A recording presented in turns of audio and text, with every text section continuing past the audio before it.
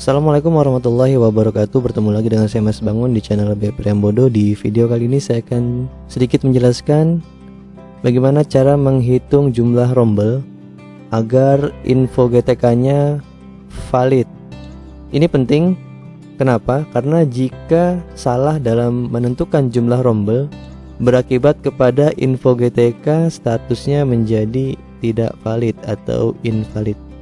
Lalu bagaimana cara menghitung jumlah rombel agar sesuai dengan Permendikbud nomor 22 tahun 2016 dan agar di Dapodiknya menjadi valid? Caranya kurang lebih seperti ini, teman-teman. Jadi rumus menghitung jumlah rombel itu adalah jumlah rombel sama dengan jumlah siswa dalam satu tingkat dibagi dengan jumlah maksimal peserta didik dalam satu rombel. Acuannya kemana? Acuannya ke sini, ke Permendikbud nomor 22 tahun 2016.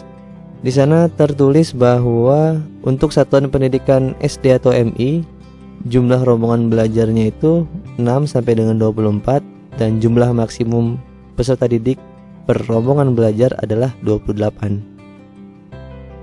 Nah, ini contoh perhitungannya.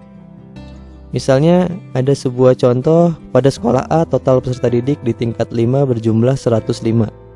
Berapakah jumlah rombel ideal sesuai aturan Permendikbud nomor 22 tahun 2016 dan agar data rombel pada Dapodiknya menjadi valid? Cara menghitungnya seperti ini, teman-teman. Jadi jumlah rombel yang diperbolehkan adalah jumlah total peserta didik dibagi dengan jumlah maksimal peserta didik dalam satu rombel, yaitu tadi 28. Maka akan ditemukan hasil 3,75 dibulatkan menjadi 4. Jadi rombel yang diperbolehkan agar sesuai dengan Permendikbud dan agar data rombel di Dapodiknya valid adalah 4 rombel. Ini contoh mapping per rombel. Jadi tadi dari total 105 diperbolehkan menjadi 4 rombel. Bisa kita mapping seperti ini di kelas A misalnya 27, kelas B 26, kelas C 26, kelas D 26. Sehingga totalnya adalah 105. Jika kondisinya seperti ini maka di Dapodiknya insya Allah valid. Namun jika kondisinya seperti ini, teman-teman, misal di kelas A 22, kelas B 20, kelas C 20, kelas D 21, dan kelas E 22. Kira-kira kalau seperti ini rombelnya valid atau invalid? Yap, kemungkinan besar jika menginputkan seperti ini di Dapodik, maka dalam grade tersebut menjadi invalid. Kenapa? Karena melebihi ketentuan yang tadi. Jumlah total siswa dibagi jumlah maksimal peserta didik dalam satu rombel, maka akan ditemukan hasil jumlah rombelnya. Tadi kan jumlah rombelnya itu 4. Kalau ini kita inputkan atau kita pecah menjadi 5, maka statusnya menjadi invalid. Nanti keterangannya seperti ini, jumlah rombel melebihi yang diperbolehkan. Keterangannya itu muncul di mana? Muncul di info GTK. Ketika teman-teman mengakses info GTK, kemudian statusnya tidak valid, lalu scroll mouse-nya ke bawah, di rombongan belajar nanti akan muncul seperti ini di kolom keterangan. Jumlah rombel melebihi yang diperbolehkan, yang ada 5, diperbolehkan 4. Kalau sudah seperti ini, imbasnya kemana? Imbasnya adalah jumlah beban mengajar guru tersebut belum diakui.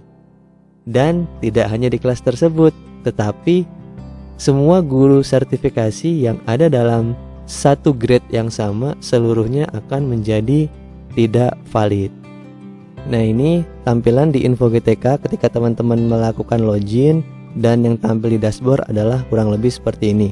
Status validasi tunjangan profesi (2) tidak valid. Kenapa tidak valid? Karena jumlah rombelnya tadi tidak sesuai dengan aturan yang sudah ditetapkan.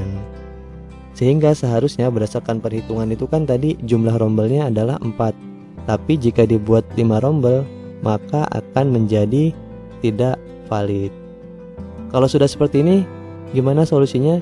Ya, solusinya berarti teman-teman silahkan koordinasi ke bagian kurikulumnya, sampaikan informasi ini, dan dicari solusi yang terbaik.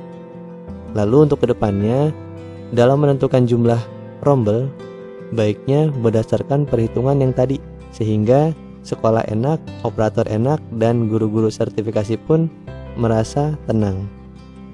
Kurang lebih seperti itu teman-teman, bagaimana cara menghitung jumlah rombel dalam satu tingkat agar sesuai dengan Permendikbud nomor 22 tahun 2016, rombelnya menjadi wajar dan status di info GTK-nya khususnya untuk guru-guru yang sudah sertifikasi menjadi valid. Sekian video kali ini, semoga video ini bermanfaat. Terima kasih. Assalamualaikum warahmatullahi wabarakatuh.